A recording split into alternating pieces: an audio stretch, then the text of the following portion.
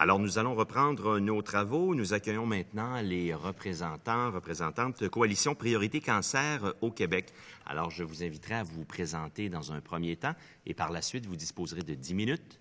Une période d'échange s'en suivra. La parole est à vous. Merci, Monsieur le Président, Monsieur le Ministre, Mesdames et Messieurs les membres de la Coalition. Je me présente Nathalie Rodrigue, présidente de la Coalition Priorité Cancer au Québec. Et je suis très bien accompagnée aujourd'hui de M. Serge Dion, président du comité Patients et survivants de la Coalition, ainsi que de M. Jérôme Di Giovanni, secrétaire de la Coalition. Au nom des 54 organismes qui composent la Coalition, nous vous remercions d'avoir bien voulu accepter que nous vous présentions notre mémoire concernant le projet de loi numéro 10. Au cours des 25 dernières années, notre système de santé a vu beaucoup de changements et de réformes, que ce soit les fusions d'établissements, les changements de mission, le virage ambulatoire, les groupes de médecine familiale, les regroupements des syndicats. L'ampleur et la multiplication de ces réformes ont généré une forme d'instabilité chronique. Si l'on en juge par les motifs qui sous-tendent le projet de loi 10 sur l'organisation et la gouvernance du réseau, force est de constater que les réformes antérieures n'ont pas ou peu permis d'améliorer l'accessibilité et la fluidité des soins. Incidemment, toutes ces réformes ont toujours été faites, soi-disant, dans le meilleur intérêt du patient. Ainsi, au fil des ans, nous avons vu que le patient était tour à tour au centre, au cœur, au milieu des préoccupations, mais sans jamais que celui-ci soit vraiment impliqué dans les décisions et l'offre de services. Est-ce qu'ils ont vraiment été dans le coup? Non. Les changements que propose le ministre dans le projet de loi 10 visent la réorganisation du réseau et de sa gouvernance. Il s'agit essentiellement d'un changement de structure. Nous souhaitons que cela contribue réellement à améliorer l'accès et la fluidité des services aux patients en éliminant les barrières érigées par les différentes organisations et la bureaucratie inhérente à leur gestion. Il n'est pas dans la compétence de la Coalition de s'engager dans une discussion sur le type de structures qui peuvent convenir le mieux pour la mise en œuvre des orientations ministérielles. Toutefois, il est juste de vouloir obtenir des garanties qu'en ce qui concerne la lutte contre le cancer, par exemple, l'accessibilité des services ne sera pas diluée dans les méandres des futurs CI3S et que la réorganisation des structures n'ajoutera pas une couche de plus aux obstacles que trop souvent doivent franchir les personnes atteintes du cancer. Sans plus tarder, je passe la parole à M. Dion. Alors, si le patient doit être au centre des préoccupations du système de santé, il serait normal qu'on lui demande ce qu'il pense, quels sont ses besoins et quelles sont les solutions qu'il peut proposer pour continuer à l'améliorer. C'est incidemment, la loi le précise quand on dit la raison d'être des services est la personne qui les requiert. Bien que le projet de loi maintienne des dispositions déjà prévues dans la loi, comme par exemple la participation d'un représentant du comité des usagers au conseil d'administration des établissements, ou encore le forum de la population et qu'il oblige les établissements à tenir annuellement une séance publique d'information, nous ne croyons pas que cela soit de nature à assurer réellement, effectivement, la participation des personnes et des groupes qu'elles forment aux décisions. La Coalition ne veut pas minimiser l'importance et le rôle des comités d'usagers, des forums de la population. Ils ont leur utilité, on est d'accord. Seulement, la complexité de la gestion des établissements et la somme considérable des informations à assimiler pour bien jouer le rôle que l'on attend d'eux font en sorte que leur influence est pratiquement négligeable. Alors, nous nous sommes posé certaines questions. Pourquoi, par exemple, ne maintient-on qu'un seul représentant du comité des usagers par conseil d'administration, alors que 7 ou 8 membres indépendants seront nommés par le ministre en fonction d'un profil de compétences? On parle de gestion ici. Alors, ne pourrait-on pas songer à mieux pondérer la composition de ces conseils en faisant une plus grande place aux usagers en recourant à leur expertise? Le 30 septembre dernier, en conférence de presse, la Coalition, conjointement avec le Conseil pour la protection des malades, l'Alliance des patients pour la santé et le Regroupement québécois des maladies orphelines, on demandait la création d'un comité national des patients relevant directement du ministre, de manière à faire valoir au plus haut niveau les besoins et l'opinion des patients, ainsi que de leurs proches. Nous réitérons cette demande aujourd'hui. Elle nous semble tout à fait compatible avec les orientations que préconise le ministre et permettrait d'équilibrer les rapports entre la machine administrative et les groupes de patients, qui, pour l'instant, n'ont pas beaucoup de place pour s'exprimer. Par ailleurs, nous voulons nous assurer que les droits des patients seront protégés dans le cadre de cette réorganisation, comme le prescrit la loi sur les services de santé et services sociaux aux articles 4, 5 et 6. Puisque l'établissement sera maintenant régional, quel choix aura donc le patient? Ne devrait-on pas plutôt parler du lieu où il réside, où il désire recevoir ses services? Un autre exemple, entre autres, on se souviendra de la directive de l'Agence régionale de Montréal, entérinée par la direction de la cancérologie, d'obliger les patients traités dans les hôpitaux montréalais, mais dont la résidence était dans le 450, à changer d'établissement pour suivre leur radiothérapie, soit à Laval ou à Longueuil. Et ce, au grand mépris de leurs médecins traitants. Officiellement, cette directive émise au début de l'année n'a pas été rapportée. Officieusement, nous savons que cette pratique se poursuit actuellement et que les patients n'en sont pas nécessairement informés. Madame Audrey. Plus de 20 000 personnes mourront du cancer cette année et près de 60 000 recevront un diagnostic de cancer. Heureusement, même si on est encore incapable de mesurer réellement l'incidence du taux de survie du cancer au Québec, faute d'un registre convenable, les personnes survivent de plus en plus longtemps grâce aux médicaments, aux nouvelles technologies et aux pratiques médicales. Le cancer est maintenant reconnu comme une maladie chronique. En juin 2003, dans un discours à l'Assemblée nationale, le ministre de la Santé et des Services sociaux, le Dr Philippe Couillard, proclamait le cancer comme une priorité du gouvernement et de son ministère. Depuis, les choses ont évolué. Plusieurs dans le bon sens, comme la création d'une direction québécoise de cancérologie, la mise sur pied d'un plan d'action en cancérologie, la création de centres régionaux en oncologie ou le développement de la recherche clinique. D'autres ont moins bien évolué, comme les délais d'attente ou l'accès aux services qui, dans plusieurs régions, demeurent difficiles, l'implantation chaotique du registre du cancer ou le suivi après traitement des personnes atteintes du cancer. En 2013, une enquête de la firme Léger auprès de 1 500 patients souffrant de maladies chroniques a révélé que la moitié des patients ont déjà renoncé à des soins en raison des délais d'attente pour prendre un rendez-vous avec un professionnel de la santé. Quant à répondre aux besoins des patients, au Québec, 80 des patients voudraient mourir à domicile. Dans les faits, 85 des patients meurent à l'hôpital. Il existe des solutions et pendant la période de questions, on se fera un plaisir de vous les présenter. Mais dans le cadre de cette réorganisation, nous souhaitons que le ministre nous fasse part rapidement de ses orientations concernant l'offre de services à domicile. Pour les suivis post-traitement, beaucoup de difficultés aussi sont rencontrées par les personnes touchées par le cancer. On parle de réadaptation, retour au marché du travail, etc. Actuellement, il est quasiment impossible de savoir combien coûte le cancer au Québec. Oui, il me laisse 30 secondes. Alors, pour cette raison, nous avons fait faire une étude économique qui est disponible sur notre site Internet et qui dit que près de 4,1 milliards ont été dépensés pour le cancer cette année au Québec. Et ça exclut les dépenses privées. Dans un autre ordre d'idée, nous aimerions que le Québec participe pleinement aux indicateurs mesurant les rendements du système de la lutte contre le cancer développé par le Partenariat canadien contre le cancer. Ces indicateurs couvrent tout le continuum de la prévention jusqu'aux soins de fin de vie, incluant les meilleures pratiques. Mis à part quelques données, le Québec n'y figure pas. Encore là, nous payons le prix de l'absence d'un véritable registre du cancer, tableau de bord de la lutte contre le cancer. Dans ces circonstances, comment rendre quelqu'un imputable de quelque chose qu'on ne mesure pas? Je passe maintenant la parole à M. Di Giovanni. Merci beaucoup. Monsieur, est-ce que j'ai le micro? Je te l'avance. Okay. Non, il est pris là. OK, parfait. Donc, vous m'entendez parfait. M. Di Giovanni. OK, Monsieur le Président, en raison que je dois lire en braille, à raison de ma déficience visuelle, je vous demanderai un accommodement de au moins 1 minute et demie pour faire ma présentation. Oui, tout à fait. Prenez votre temps. Merci beaucoup, vous êtes très gentil. Je n'aurai pas besoin de vous citer la Charte dans ce cas-là, des droits. Pas de la Charte des valeurs.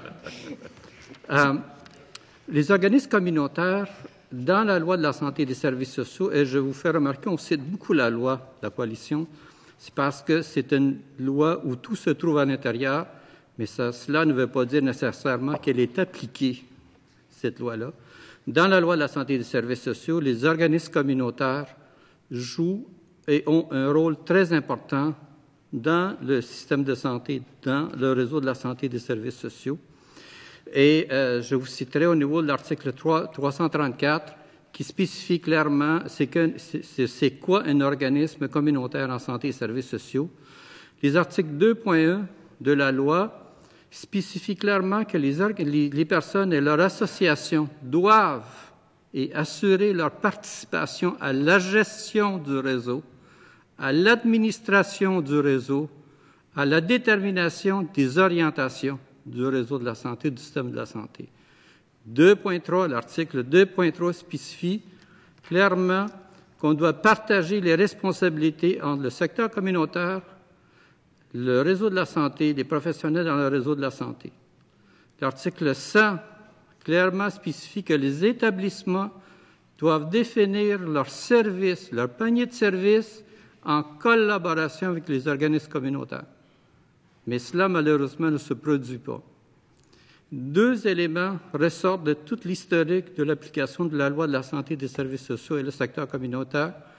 Premièrement, il y a un manque de reconnaissance de l'expertise du secteur communautaire en santé et services sociaux. Et ce manque de reconnaissance de cette expertise-là fait que les organismes sont continuellement en péril de fonctionnement et doivent très souvent surcharger le personnel qui travaille à l'intérieur de ça. L'autre élément, c'est au niveau du financement des organismes communautaires, qui est très instable. Puis ici, on ne parle pas du PESOC, mais on parle vraiment de l'ensemble du financement de ces organisations. L'étude que Mme Rodrigue a mentionnée, l'étude économique, démontre que la valeur économique des services rendus par les organismes communautaires en oncologie est évaluée à plus de 50 millions de dollars, qui n'est pas financé par le ministère de la Santé et des Services sociaux ou l'État québécois. La précarité du financement des organismes communautaires a fait que certains de ces organismes ferment leurs portes, notamment OMPAC, qui est l'organisme multiressources pour les personnes ayant le cancer, un organisme qui existait depuis 30 ans, qui offrait des services à plus de 2000 personnes vivant avec le cancer, a dû fermer ses portes. Pourquoi? Parce que ça entraîne de couper son financement, parce que ça entraîne de ne financer plus la santé physique, et parce que ce manque de financement-là, le ministère de la Santé et l'Agence de la santé de Montréal a refusé de compenser ce manque de financement. Lorsqu'on parle de reconnaissance et la participation des organismes communautaires en santé, je voudrais donner un exemple en oncologie. Là, je fais référence à l'article 2.1. Assurer la participation à l'organisation, au développement et à la gestion. Dans le plan directeur, on doit mettre sur pied un comité de concertation des organismes communautaires. Effectivement, un comité est en voie d'être mis sur le pied. Puis c'est plus un comité consultatif qui va se réunir 1 ou 2 fois par année pour consulter la DQC, comment mettre en œuvre son plan, faire part de ses commentaires, puis suite à cela, on se réunira dans 6 mois, dans 12 mois, puis on viendra chercher notre opinion. Ce que nous, on demande, c'est vraiment un comité tel que c'est stipulé dans l'article 2.1, qui va travailler avec la DQC, qui va travailler avec le ministère pour la mise en œuvre de ce plan. Et en conclusion, on voudrait réitérer notre demande au ministre, et même, non, on va la réitérer à l'Assemblée nationale, de mettre sur pied un comité national pour la mise en œuvre du projet de loi 10. Merci beaucoup. Merci beaucoup à vous trois. Maintenant, nous allons débuter la période d'échange et après ajustement du temps accordé au ministre, il dispose d'un bloc de 19 minutes 30. Merci, Monsieur le Président. Merci, Monsieur le Président. Alors, Mme Rodrigue, M. Dion, M. Di Giovanni, bienvenue. Désolé du retard, là. La vie parlementaire fait en sorte que c'est moi qui ai été retardé tout à l'heure, qui fait que vous passez plus tard aujourd'hui. Écoutez, je vous remercie de faire votre présentation, une présentation qui est assez claire. Je m'attendais à ce que vous soyez même plus revendicatrice, mais vous avez... Ouais, c'est ça. Moi, ça nous, on veut collaborer. On se choque quand ça n'a pas d'allure. Mais... Ça fait que je comprends très bien. Alors, c'est très bien. J'aimerais ça aborder un ou deux ou trois éléments là, que vous avez traités dans votre présentation, un peu pour faire écho à ce que vous avez dit. Je comprends qu'à la Coalition Priorité Cancer, vous êtes évidemment en faveur de la fluidité et l'intégration. Vous avez aussi fait référence au fait qu'actuellement, dans le système, il y avait quand même des barrières et une certaine bureaucratie. Et ça, sur ce point-là, j'aimerais ça que vous nous donniez quelques exemples de barrières dans le cheminement du patient actuellement dans le système, des barrières qu'elles soient là, physiques, organisationnelles, ainsi que des problèmes bureaucratiques qui font que actuellement le patient chemine difficilement. Puis je comprends que quand vous dites ça, vous êtes probablement en faveur avec au moins l'aspect du projet de loi qui vise à faire tomber ça. En effet, parce que quand on parle de difficultés pour un patient, on sait qu'il y a à peu près 25 à 30 premièrement, de patients qui n'ont pas de médecin de famille, et on sait que plusieurs sont diagnostiqués pour un cancer à l'urgence. Donc, beaucoup trop tard. Ils sont passés au travers des mailles, des processus de dépistage, etc. Aussi, on sait que même lorsque un patient a un médecin de famille, ça peut prendre plusieurs mois avant d'avoir un rendez-vous avec son médecin. Et lorsqu'il a un rendez-vous avec son médecin, ça peut prendre plusieurs mois avant d'avoir des résultats de laboratoire, de pathologie, etc. On sait qu'à Québec, présentement, c'est plus de 3 mois pour des diagnostics de cancer de la peau. Les échantillons sont reçus au mois de juin. Ils sont préparés par les technologistes au mois de juillet, puis au mois d'octobre, ils ne sont pas encore lus par les pathologistes. Donc, c'est des délais pour les résultats d'analyse. Après ça, délai pour le diagnostic. Délai pour la thérapie, que ce soit une chimio ou pour une radiothérapie ou pour une chirurgie. Et par la suite, lorsque les patients sont pris en charge, la plupart nous disent « nous sommes bien traités, il n'y a pas de problème ». Mais quand le phénomène de soins est terminé, ils retombent encore entre deux chaises où souvent ils ne sont pas pris en charge par le CLSC pour être référés en réadaptation parce que le dossier est resté à l'hôpital puis qu'on ne sait pas comment le transférer. Donc, les clients doivent se battre dans un système qu'ils ne connaissent pas. On a des témoignages de personnes qui connaissent le système comme des travailleurs sociaux puis qui ont de la misère à s'y retrouver. Alors, imaginez la personne qui n'a pas ces connaissances-là et qui doit se débattre en plus d'avoir affaire avec la maladie, avec l'appauvrissement, avec tout ce qui entoure le continuum de soins finalement en cancer. Je voudrais que vous l'abordiez comme ça parce qu'effectivement, c'est ça qui est pour moi aussi le problème. Évidemment, comme vous le dites avec justesse, un coup qu'on est rentré dans la phase de traitement, ça va bien. Le traitement, ça va bien au Québec.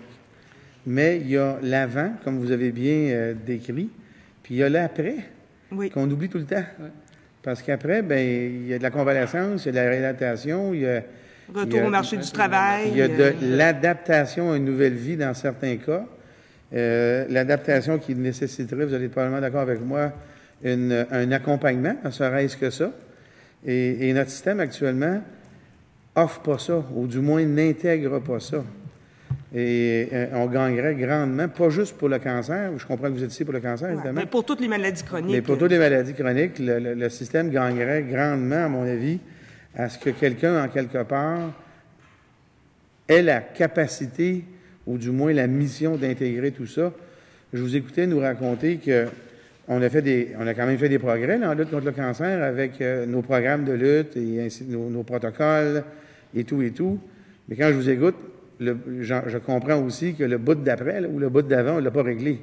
Le bout d'avant étant l'accès, évidemment, et le cheminement du patient, et le bout d'après étant le post-traitement. Alors ça, dans ce sens-là, j'imagine que le projet de loi 10 vous encourage un peu plus. Pas nécessairement. Je vais vous répondre par rapport au bout d'après. Prenons un dossier. Prenons un patient qui a subi ses traitements, doit sortir de l'hôpital, qui a le cancer ou un autre type de maladie chronique, mais prenons du cancer.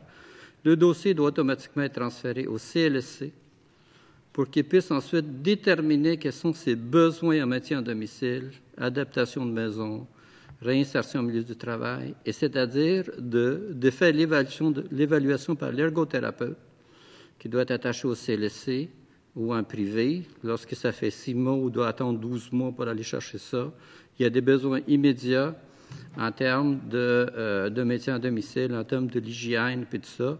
Le dossier doit aussi, et ça veut dire le dossier médical, la certification que ce patient-là a des besoins en raison des limitations fonctionnelles dues à la maladie doit transférer au centre de réadaptation de sa région et par rapport à ce type de limitation fonctionnelle de déficience. Cela ne se fait pas. Puis un exemple qu'on a, nous autres, c'est que même pas le CLSC ne connaissait pas le processus à suivre pour transférer le dossier au centre de réadaptation et quels étaient les documents nécessaires qui doivent être transférés au centre de réadaptation pour qu'on enclenche le processus d'évaluation des besoins, même pas de l'adaptation, mais de l'évaluation des besoins. Puis si on parle de retour au travail, mais là, on rentre en Emploi Québec avec ces programmes. Les services sont là, sont tous là, mais c'est un problème de culture, de gestion et d'organisation du travail. Tout le monde travaille en silo.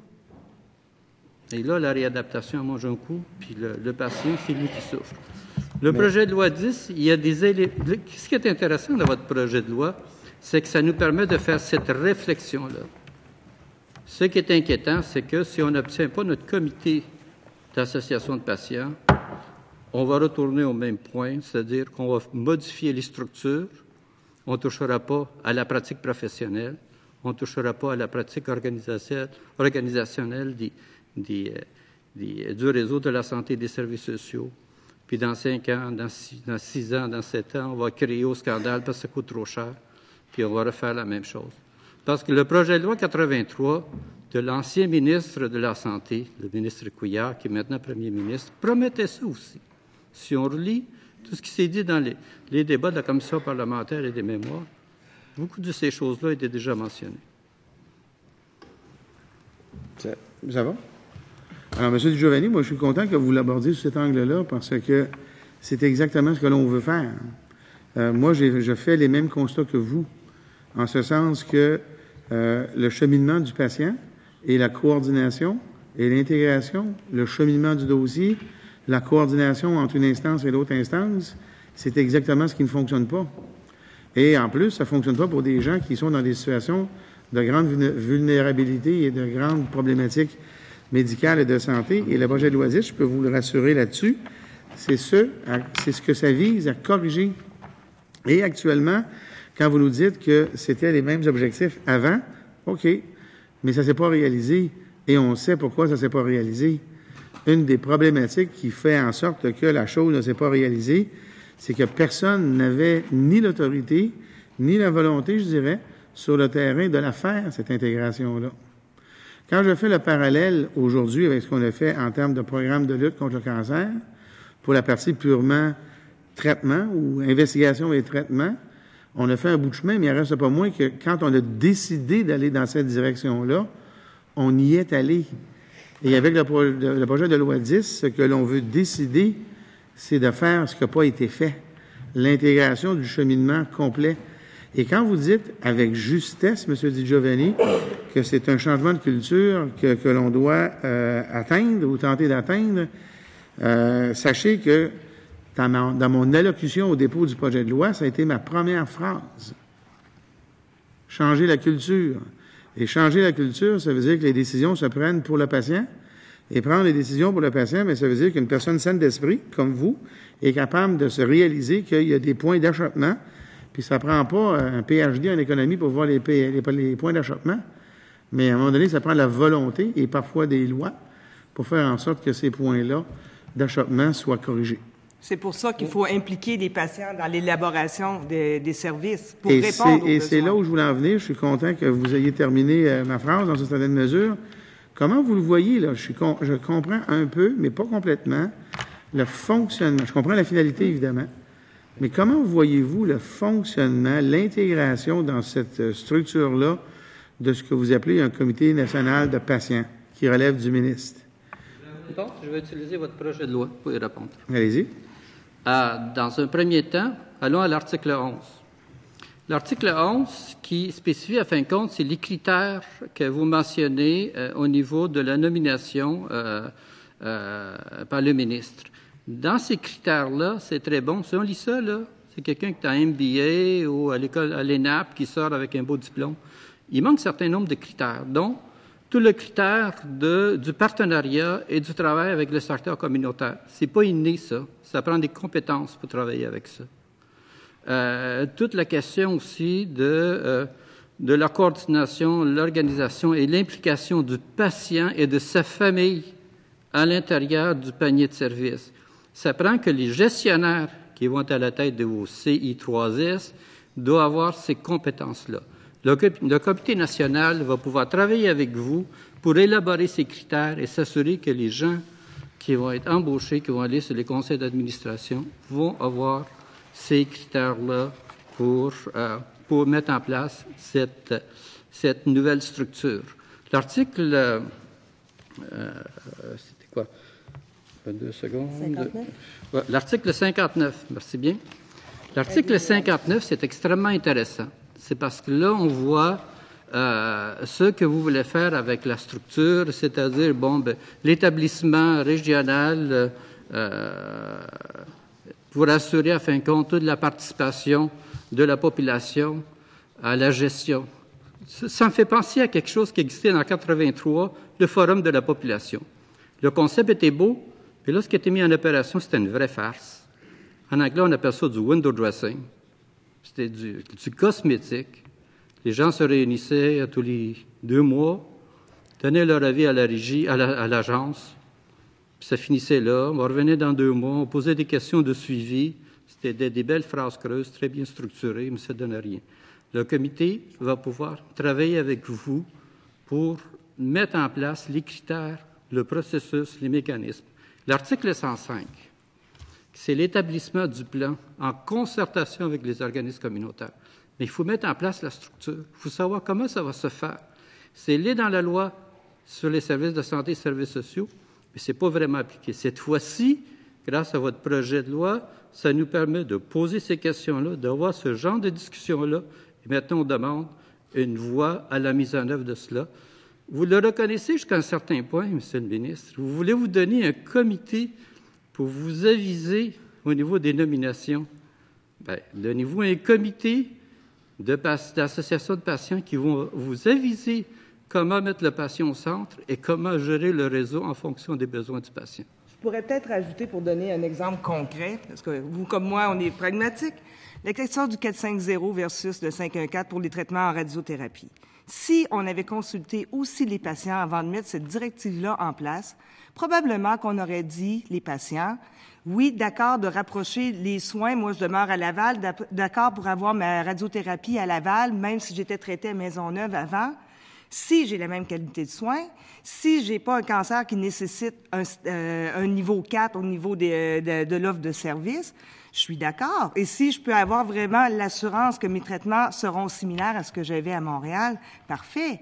Mais lorsque on parle de soins spécialisés et surspécialisés qui ne se donnent pas en région, c'est sûr que les médecins de Montréal essaient de trouver l'oncologue ou le radiologiste à Laval ou à Longueuil qui va dire oui, on va lui donner le traitement de telle manière.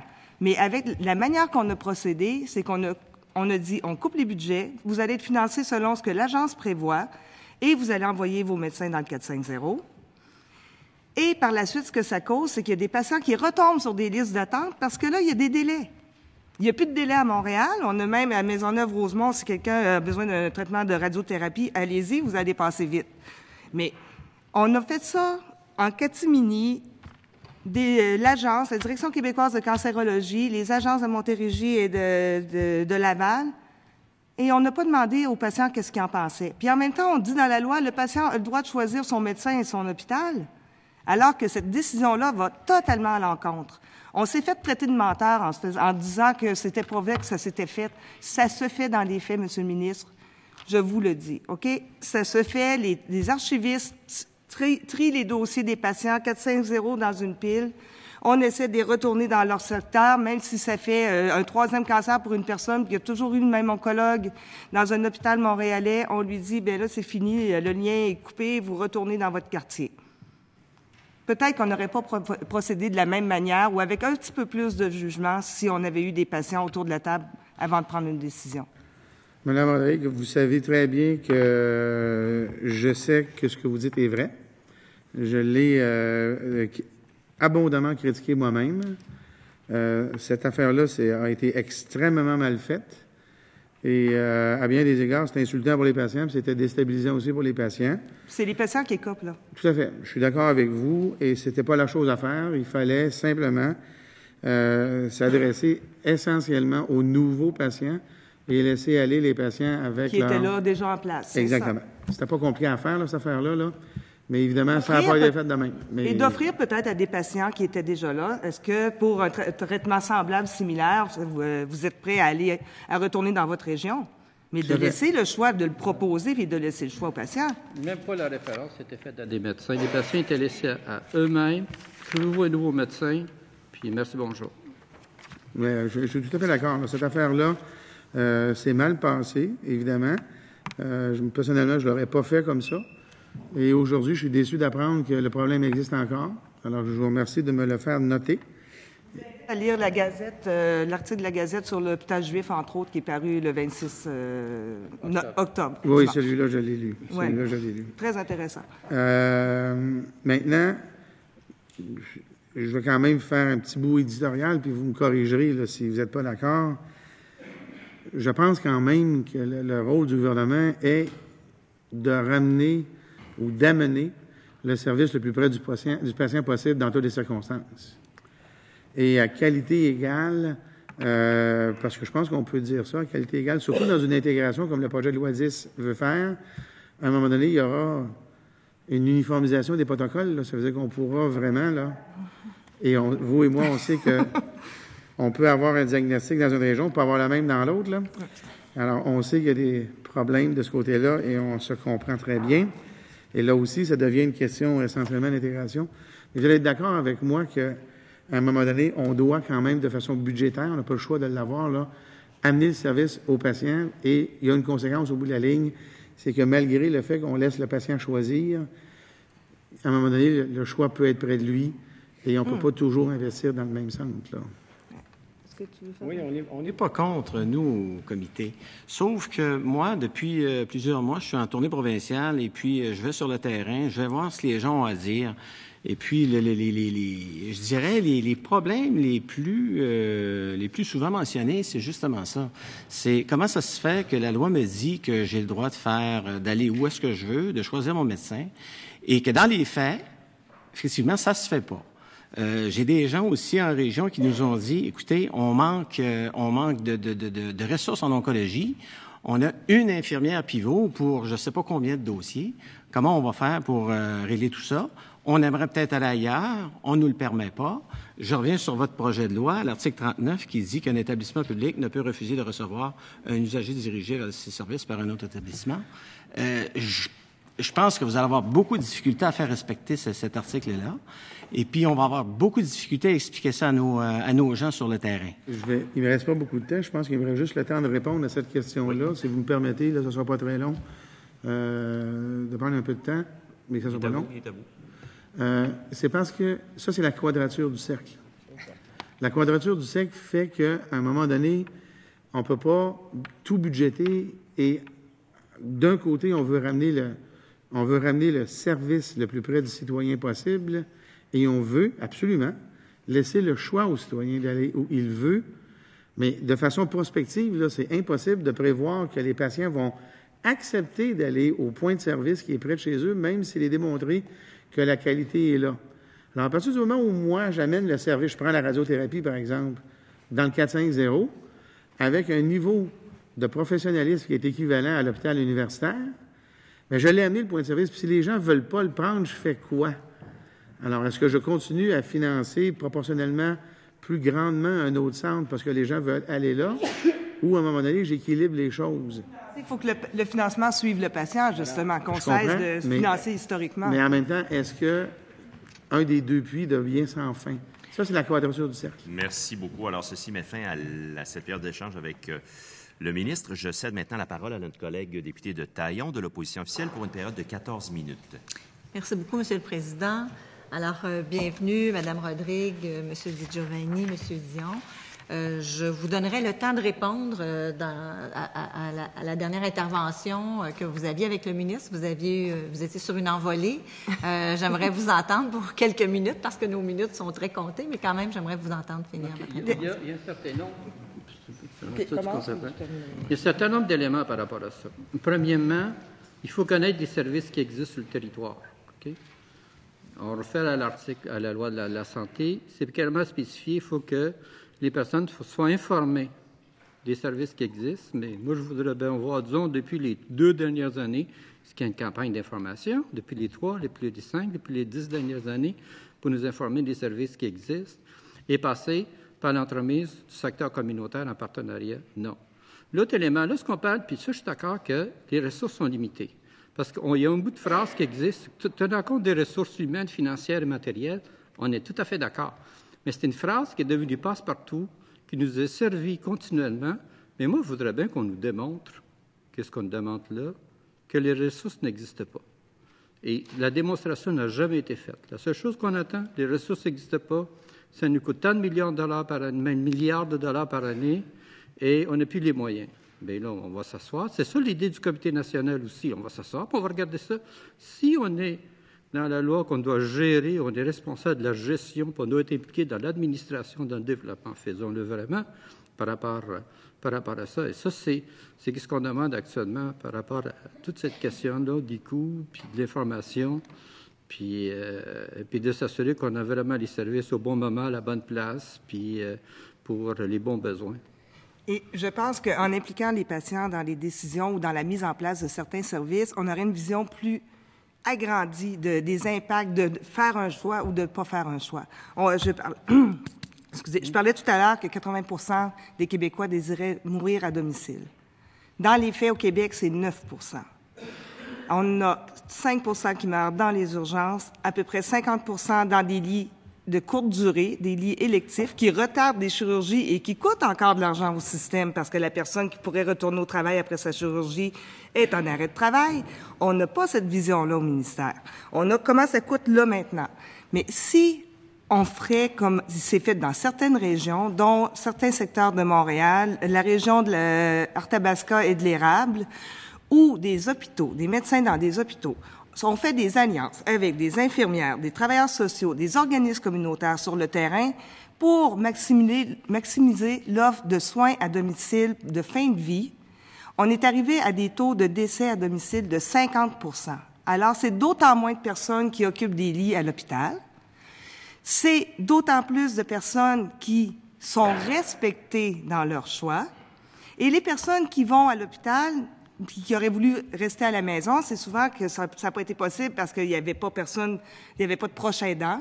Parce que quand même, il faut savoir que pour aider les gens à domicile, maintenir les gens à domicile, c'est pas seulement avec les médecins, les infirmières, les organismes communautaires, ça prend quand même un proche aidant.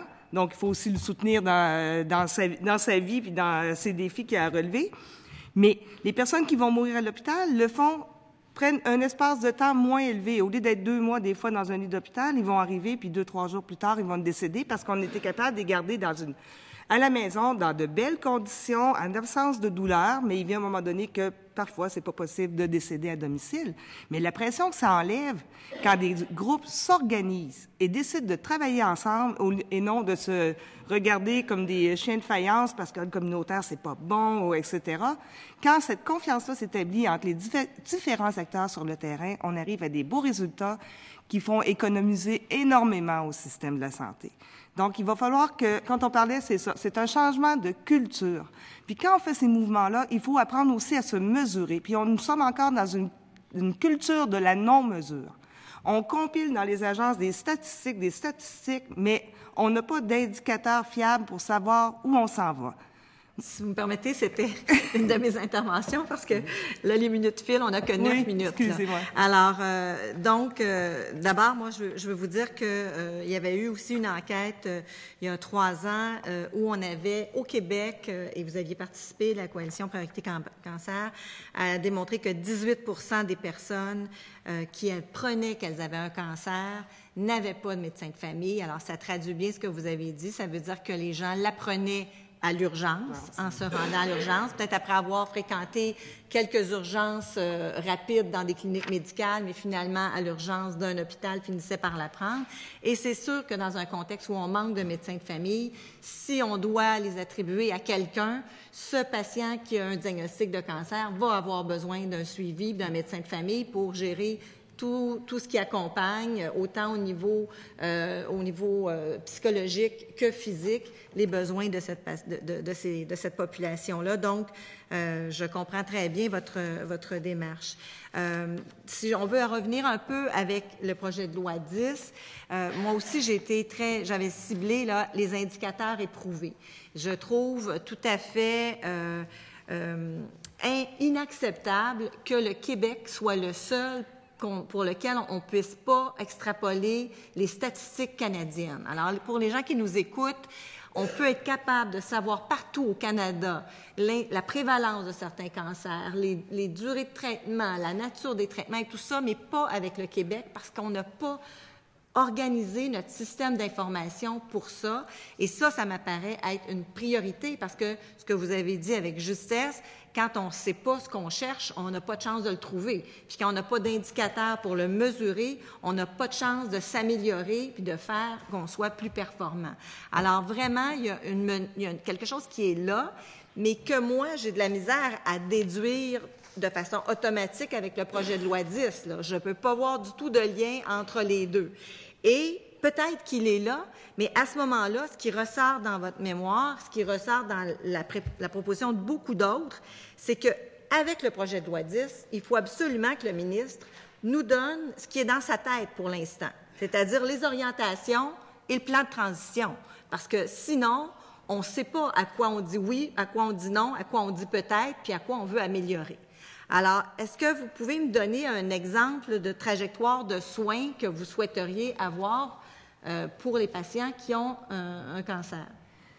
Bien, comme on disait tout à l'heure, ça commence déjà au niveau de la prévention, mais on peut peut-être y aller comme l'exemple. En 2013, le ministre Hébert nous avait annoncé la création d'un programme provincial de dépistage du cancer colorectal par la recherche de sang occulte dans les selles. Les tests se font à l'hôpital de Sherbrooke présentement, au sud de Sherbrooke. Le projet pilote devait partir dans 8 régions définies. La problématique là-dedans, c'est que oui, les 8 régions participent, mais ce n'est pas un programme de dépistage, c'est du dépistage opportuniste qu'on appelle. Ce qu'on a fait, c'est qu'on a priorisé les personnes qui étaient sur des listes d'attente en colonoscopie pour, je dirais, bon, roder, c'est pas français, là, mais pour tester le système, et on a priorisé pour la colonoscopie, les personnes qui avaient une recherche de sang occulte positif. Ça, c'est très bien. Il fallait commencer par faire un ménage là-dedans parce que, étant donné qu'on ne se mesure pas, on n'a pas non plus le taux de positivité des colonoscopies. Combien de colonoscopies sont faites pour la bonne raison et combien d'autres sont juste faites en prévention et qu'on ne trouve aucun polype ou aucune lésion cancéreuse? Deuxièmement, présentement, on n'a pas donné les budgets pour informatiser ce programme-là. Alors, présentement, le médecin va prescrire à son patient d'une manière opportuniste. Bon, ben, vous êtes à risque parce que votre père, votre grand-père, etc., a eu le cancer. Le patient s'en va à son CLSC ou à son hôpital, prend les prélèvements, les tubes pour les prélèvements, s'en va chez lui, fait le prélèvement, retourne à l'hôpital, la requête est remplie, papier, et c'est envoyé toutes les semaines à Sherbrooke. Quand ça arrive à Sherbrooke, il faut enregistrer ces requêtes-là. Alors, présentement, on a 8 commis pour enregistrer les requêtes qui arrivent à Sherbrooke pour un technologiste médical qui fait les analyses. Et quand les résultats sortent, elles sont retournées dans les hôpitaux qui ont reçu les prélèvements par fax. C'est vraiment transformer les pratiques organisationnelles et professionnelles. Oui. Pourquoi on n'a pas fait un système central testé sur 8 régions, un bureau qui envoie les requêtes chez les patients directement de 50 ans, puis le tester comme ça, avec le tube de prélèvement, que le patient colle dessus son code à barre qui est identifié à son nom, qui est retourné à l'hôpital, les résultats retournent au central, et si c'est positif, on dirige le patient dans une clinique pour faire une colonoscopie. Mais ce qu'on comprend, c'est que les centres intégrés... Je voudrais ajouter quelque chose, parce que Rodrigue vient juste de dire. Les centres intégrés ne régleront pas ce problème-là. Là. Ce que je comprends, c'est que... En tout cas, ce que vous proposez, c'est une intégration unique, centrale, pour tout le Québec, mais pas nécessairement... Il faudrait comme le programme de dépistage du cancer du sein. Mais par rapport à ça, avant de lancer le programme, il y a eu une étude qui a été faite pour savoir est-ce qu'on a un programme de dépistage. Et cette étude, dans la première page, on mentionne Ça n'inclut pas les personnes ayant une déficience auditive. Ça n'inclut pas les personnes qui ont un problème d'allocution. Ça n'inclut pas les personnes des communautés culturelles qui ne peuvent pas parler anglais en français, parce que l'étude a été faite au téléphone. Vous devez parler soit en français ou en anglais. Donc, ça exclut tout un pan de la société québécoise. Et ça, c'est l'Institut national de la santé publique qui a fait l'étude. J'aimerais ajouter qu'au-delà des vœux pieux, où est-ce que beaucoup de gens ont beaucoup de bonnes idées, c'est très bien, mais si on n'a pas les ressources pour les appliquer, ben ça devient complètement ridicule. Écoutez, moi, je demeure dans l'Outaouais, et puis ma médecin m'a recommandé une coloscopie, et elle m'a dit, textuellement, si tu veux aller dans le système public, ça va prendre 5 ans. Et si tu vas dans le privé, ça va prendre beaucoup de moins de temps que ça. Donc, je suis allé de l'autre côté de la rivière et je l'ai eu en 3 semaines. Donc, c'est à se demander, oui, on peut avoir des beaux programmes, on peut avoir un paquet de bonnes idées, mais encore là, si on n'a pas les ressources pour les appliquer, ça tombe, faut peut-être cibler mieux nos populations et faire un effort. Mais ça, c'est un effort qui est vraiment, à ce moment-là, une priorisation qui s'apparente plus au programme que vous avez, qu'on avait, sur lequel il a été travaillé là, avec, il y a 1 an avec Dr. Latreille sur le programme de plan d'action du cancer. Et effectivement, je pense que pour le cancer, il faut garder ces organisations-là qui sont vraiment de nature nationale et non pas les refragmenter dans toutes les régions. On a besoin d'avoir une centralisation, une coordination, mais centrale. Donc, à ce moment-là, je pense que vous le faites bien valoir. J'ai beaucoup aimé aussi quand vous avez fait valoir la valeur des services offerts par les organismes communautaires. Moi, je peux dire que dans Taillon, je suis impressionnée de voir l'intensité, la qualité, la parcimonie des gens qui reçoivent un petit budget dans les organismes communautaires et les miracles qu'ils réussissent à faire. C'est incroyable comment ces gens-là travaillent intensément. Et donc, je ne retrouve pas effectivement une juste place dans le projet de loi 10 pour cette communauté qui s'investit et qui est très, très présente et qui, quelque part, avec de petits budgets, réussit à faire des économies qui sont vraiment très importantes et très significatives. Et on ne réussira pas un virage vers la première ligne si on n'intègre pas les groupes communautaires et si on ne soutient pas les proches aidants. Si on ne fait pas ça, si on ne met pas de l'argent, mais comme vous dites, avec 20 $ dans le communautaire, on fait pour beaucoup, peut-être pour 200 $ dans le privé, dans le public. Donc, il y a vraiment, les ressources sont là sur le terrain. Les gens veulent aider. Parce que lorsqu'on travaille à titre bénévole, là, c'est parce qu'on veut. C'est parce qu'on croit à la mission. Et ça, c'est très important. Et les proches aidants ont besoin de soutien. En cancer, 30% des proches aidants meurent avant la personne qu'elles soignent. C'est très important. Donc, toute la dimension des services sociaux qui accompagnent et de l'accompagnement font partie vraiment. Et je pense que c'est ça qu'il ne faut pas oublier, c'est qu'on a un ministère de la Santé et des services sociaux et que ces services sociaux-là ont vraiment un lien. Bien, je suis contente de vous voir parce que c'est la première fois qu'on vous voit, mais je suis très heureuse de vous voir dans nos travaux, Mme Charlebois. Mais donc, c'est important qu'on rallie, mais qu'on les inclut dans la continuité et non pas que ce soit 2 morceaux distincts. Non, il faut qu'ils travaillent ensemble. Et on peut faire plus également au niveau des proches aidants. Le temps est écoulé. Parfait. Merci. Donc, Monsieur le député de la Pelletrie, c'est à vous pour 9 minutes 20. Pour combien de temps, vous dites? 9 minutes 20. Merci. Bonjour. Merci de votre présentation. Je voulais revenir avec vous sur quelques sujets. Le projet de loi 10 vise une intégration des services, bien sûr, et vous avez fait dans votre présentation allusion au registre du cancer. Et dans le contexte de la lutte contre le cancer, on peut penser que c'est un outil essentiel. Dans le contexte du projet de loi 10, de quelle façon peut-on travailler avec ces outils-là, dans un contexte d'intégration de services, évidemment? De quelle façon peut-on le faire évoluer? De quelle façon peut-on l'améliorer? Mais le registre du cancer peut servir à bien des choses. Dans un contexte de la loi 10, mais pour savoir comment, justement, un centre de santé dans une région donnée va organiser ses services, ça aide beaucoup de savoir aussi quel type de cancer on a. Est-ce qu'il y a une incidence pour un type de cancer plutôt qu'un autre? S'il y a des traitements qui se donnent, c'est pas juste de savoir que c'est de la chimio, mais quel type de chimio a été donné et laquelle est la plus performante. Dans le registre, présentement, on n'a pas des taux de survie. Alors, on va savoir que une personne a un cancer du côté gauche, au poumon, qu'on a donné de la chimio. Puis on ne sait pas si ça fonctionne ou ça ne fonctionne pas parce qu'on ne sait pas c'est quel type de chimio. Puis s'il y a eu un mélange de différents médicaments, on ne sait pas plus. Si ça a été de la radio, c'est radio. Mais à quelle dose, etc., on n'a pas ça au registre. Donc, les médecins ne peuvent même pas le consulter pour savoir si une thérapie fonctionnerait mieux qu'une autre et ainsi améliorer les services et diminuer les coûts. Parce qu'il y a peut-être des traitements qui se donnent qui ne sont pas nécessaires. Il y a peut-être des traitements qui pourraient se donner puis qui ne sont pas connus d'un spécialiste parce qu'un médecin ne peut pas tout savoir, mais s'il peut se comparer avec d'autres personnes, d'autres collègues de travail sur d'autres régions, etc., ça peut améliorer aussi la qualité des services.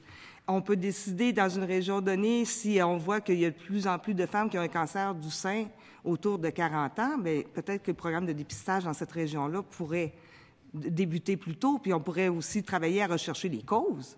Est-ce que c'est une cause environnementale? Est-ce qu'il y a une industrie quelconque dans la région qui peut peut-être avoir une influence sur la santé des gens, etc.? C'est à ça qu'un registre peut servir et devrait servir. Il y a un autre élément extrêmement important. Le registre implique aussi des ressources humaines. Pour mettre en place un registre, ça prend des personnes qui ont fait la collecte de données puis classer ça. Il y a l'Association des Québécoises des registraires en oncologie qui ne participent même pas aux discussions à la DQC par rapport à ça. Ils ont été expulsés parce qu'ils étaient trop critiques. Deuxièmement, ça implique aussi, puis ça s'adresse au ministre, une planification de la main-d'œuvre. On a combien de registraires en oncologie? Ça prend des compétences précises et particulières. Est-ce qu'il y a un plan de développement de main-d'œuvre? Est-ce qu'il y a une reclassification de la profession par rapport à ça? C'est pas uniquement dire on achète un logiciel puis on se met à pitonner là-dessus. C'est beaucoup plus complexe que ça. Mais si je vous attirez mon attention, j'aimerais ça que vous me parliez de l'Association des registraires en oncologie. Vous dites qu'ils ont été expulsés de discussion. De quelle discussion et en quoi étaient-ils critiques? Là, j'aimerais ça vous entendre là-dessus. Ils étaient critiques dans le sens que dans les hôpitaux, les registraires en oncologie colligent toutes les données pour un vrai registre, sauf que ça demeure des registres locaux. Et on a demandé à la Direction québécoise de cancérologie de transmettre à la RAMQ, à la Régie de l'assurance maladie, qui a maintenant le registre sous son égide, c'est le sexe de la personne, son nom, sa région, le type de cancer, le type de traitement, et c'est à peu près tout. Ça ne collige pas, comme on dit, le taux de survie, le vrai type de traitement. S'il y a un deuxième traitement, un traitement de deuxième intention, ce n'est pas colligé dans le registre.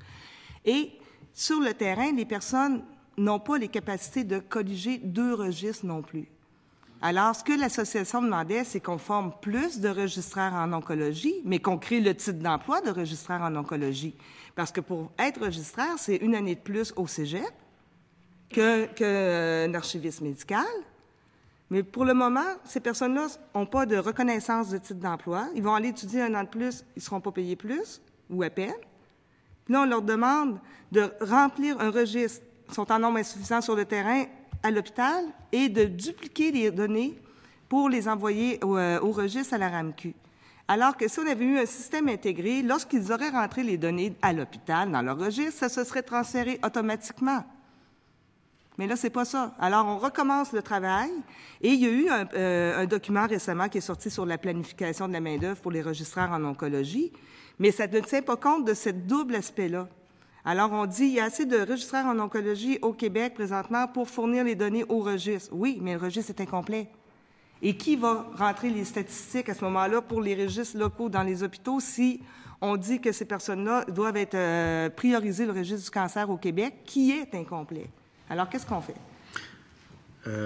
Je vais devoir changer de sujet parce qu'il ne doit plus me rester beaucoup de temps, mais on aura certainement l'occasion de revenir là-dessus. Vous avez tout à l'heure critiqué les comités d'usagers ou l'efficacité des comités d'usagers, puis ça m'a interpellé parce qu'hier, la protectrice du citoyen nous disait justement l'importance de maintenir les comités d'usagers. et même de s'assurer qu'il y a une représentation sur le terrain. Donc, vous allez un petit peu à contresens. On a même suggéré qu'il y en ait plus au conseil d'administration. Nous, on suggère d'augmenter, de pondérer. Mais de les inclure au conseil d'administration. Beaucoup plus, Oui. en plus grand nombre. Les inclure au conseil, de leur donner les ressources nécessaires pour qu'ils puissent faire leur tâche à l'intérieur du conseil. Est-ce que vous avez déjà participé à un conseil d'administration d'une agence ou d'un centre de réadaptation? Vous arrivez là avec une tonne de documents, beaucoup d'informations qui circulent. Donc, si vous êtes là comme représentant qui devez prendre une décision, vous avez besoin d'un support pour passer à travers tous ces documents-là. Puis, ce n'est pas une personne sur 7, sur 8, sur 12 qui va faire vraiment la différence. Donc, il faut réfléchir à tous ces éléments-là. L'autre élément qui est extrêmement important, lorsqu'une agence ou un centre de réadapt ou d'autres structures du réseau invite un organisme communautaire à nommer quelqu'un pour aller siéger sur un conseil d'administration ou sur un comité, dès que cette personne-là s'assoit sur la chaise, elle n'est plus la représentante de l'organisme. Elle devient sa propre représentante. Donc, automatiquement, la structure de la santé va la couper son organisme. Chaque fois qu'elle parle, c'est dit, bien, mon organisation, non, vous êtes ici en tant que vous-même, en tant que citoyen. Donc, il y a un problème, là. On dit qu'on doit participer à la gestion, à l'administration. Il faut que ça soit en tant que représentant de l'organisme. Donc, il y a la question des comités d'usagers, c'est dans la loi, dans les centres de réadaptation, dans les hôpitaux. Il y a la représentation des associations de patients, des organismes communautaires aussi, qu'il faut revoir par rapport à ça. Il faut y réfléchir comment ils peuvent vraiment jouer leur rôle en tant que décideurs, pas en tant que personne qui va aller acquiescer à une décision déjà prise et qu'elle est très bien remarchée et très bien présentée. Tout à fait. Au-delà du droit de parole, ces gens-là, qui, on l'espère, seront en plus grand nombre dans ces établissements-là, auront pas seulement un droit de parole, mais participeront activement aux instances décisionnelles, où est-ce que eux, le poids de leur parole aura le même poids que tout le monde autour de la table. Merci. Merci beaucoup. Alors, il nous reste à vous remercier aux représentants de la coalition Priorité Cancer au Québec.